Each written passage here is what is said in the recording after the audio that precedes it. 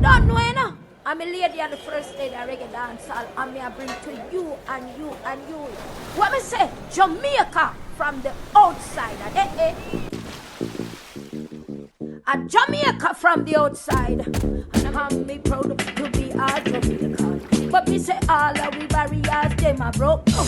All of we barriers, them are broke down. We are one united Jamaican. It again, it a spice up the soul. Florida might be known as a tropical heaven, but right now it's making headlines for something far from warm. A record-breaking 7.6 inches of snow in Pensacola, shattering the previous record of 2.3 inches set in 1954. I hope you're staying warm, guys, especially if you're in Florida. Welcome, guys. Welcome to another episode. In this episode, we're going to look at how Florida evolved into a Jamaican paradise. In the 1970s and 80s, the Jamaican community here in Florida started to really flourish, building its roots and creating a vibrant cultural footprint.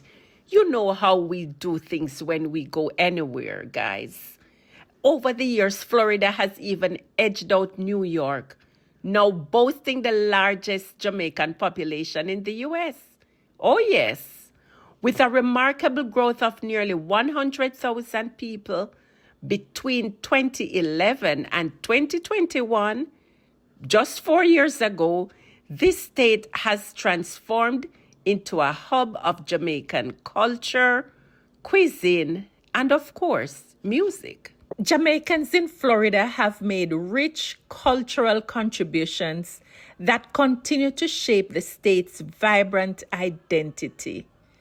The flavors of Jamaica come alive through events like the annual Jerk Festival.